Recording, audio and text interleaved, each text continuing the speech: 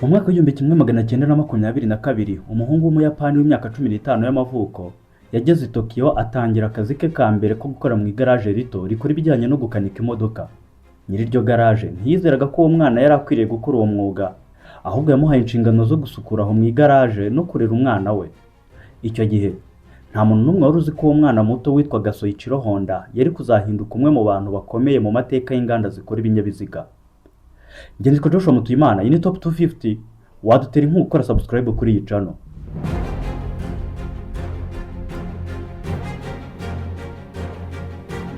Soichiro Honda yavutse mu mwaka w'igihumbi kimwe magana cyenda na gatandatu mu mudugudu wa Tenryu mu ntara ya Shizuoka mu Buyapani. Se yari umucuzi kandi akanika amagare, naho nyina akaba umuhanga mu bijyanye no kuboha imyenda. Umuryango we wari ukennye cyane, kandi muri barumuna be benshi, batanu muri bo bapfuye bakiri bato bazize ibibazo bitandukanye by'ubuzima. Uwo mwana yakuriye mu buzima bugoye cyane, ariko akiri muto yagaragaje urukundo rukomeye akunda gukanika. Igihe yari afite imyaka 8 yumvise urusaku rutangaje rw'ikintu kitari gisanzwe. Yakurikiye iryo jwi asanga ari imodoka ya Ford Model T.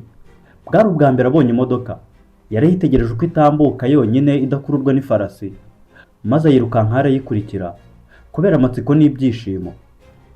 Uwo munsi wahinduye ubuzima bwe, kuko kuva icyo gihe yatangiye kurota ko umunsi umwe nawe azakora ikinyabiziga nk'icyo. Nubwo yakundaga cyane ibikoresho n'imashini, Soichiro yangaga ishuri cyane. Yakundaga kumara igihe kinini afasha se gukanika amagare aho kwicara mu ishuri. Amanota ye yari mabi cyane ku buryo yigeze no kwigana kashe ya se akayiterera ku mpapuro z'amanota kugira ngo se atabona amanota ye mabi. Amaherezo yarafashwe maze se amuhanisha kumara umunsi wose apfukamye nta funguro. Mu mwaka w'igihumbi kimwe magana cyenda na makumyabiri na kabiri, Soichiro yabonye itangazo ry'akazi rya sosiyete ikanika imodoka yitwa Ati Shokai ikorera i Tokyo. Yanditse asaba akazi, maze kubw'amahirwe ahabwa igisubizo cyiza. Yahise areka ishuri ava iwabo i Tokyo gukurikirana inzozi ze. Agezeyo yasanze ubuzima bw'umujyi butandukanye cyane n'ubwo yari amenyereye.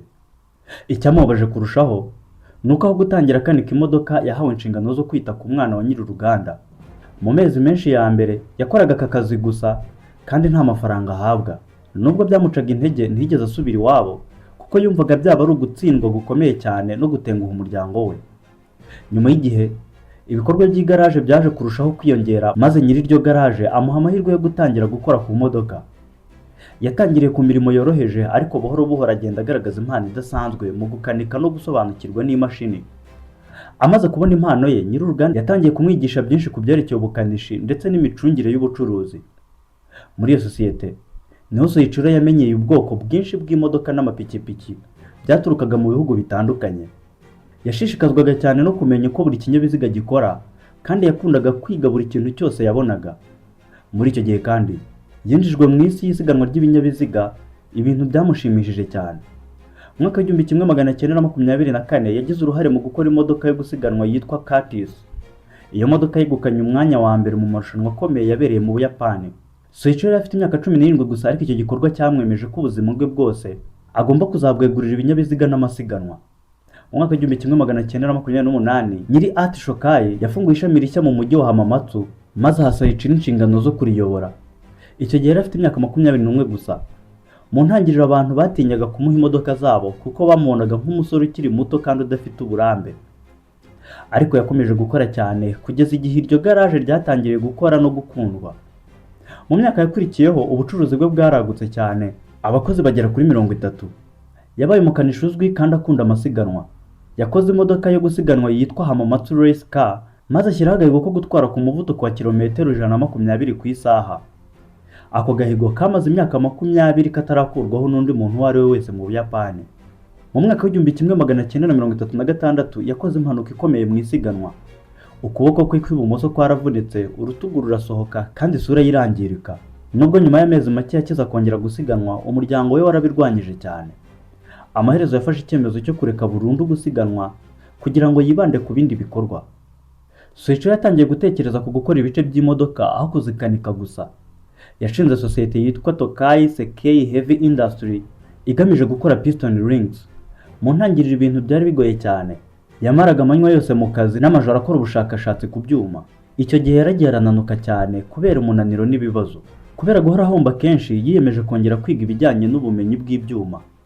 Mu 1939 yabashije gukora piston nziza Icyakora icyo gihe yohereje piston rings muri Toyota, gusa 3 zonyine nizo zatsinze ibipimo byayo.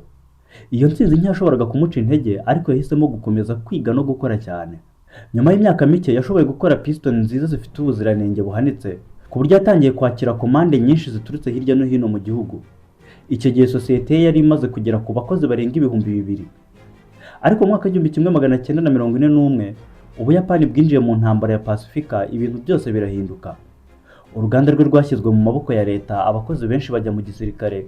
Hanyuma mu mwaka w'1944 ibisasu by'intambara bisenya uruganda rwe. Nk'ibyo bidahagije, mu 1945 umutingito ukomeye usenya urundi ruganda rwe. Intambara irangiye, Soichiro yari hafi gutakaza buri kintu cyose yari yarubatse. Igihugu cyari kiri mu bukene bukabije, ndetse n'ibikomoka kuri peteroli byari byarabuze cyane. Umunsi umwe Soichiro yabonye moteri nto yakoreshwaga n'igisirikare. Yahise agira igitekerezo cyihuse cyo kuyifunga ku igare. Yabonye ko igihugu cyari gikeneye uburyo bwa transport kandi buhendutse. Mu mwaka w'1946 yashinze Honda Technical Research Institute hamwe n'abakozi 12.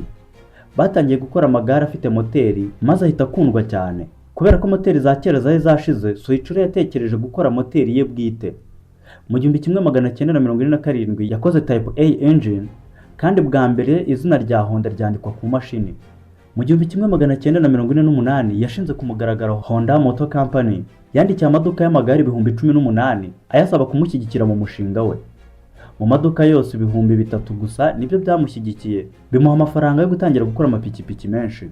Nyuma y'imyaka mike yo kugerageza no kunoza ibicuruzwa bye, yakoze ipikipiki yitwa Super Cup. Yabaye intsinzi ikomeye cyane, ndetse yahabwa igihembo gikomeye cy'umwami w'Ubuyapani. Mu 1958 Super Cup yageze muri Amerika ku giciro gito cyane kurusha amapikipiki yari ahasanzwe.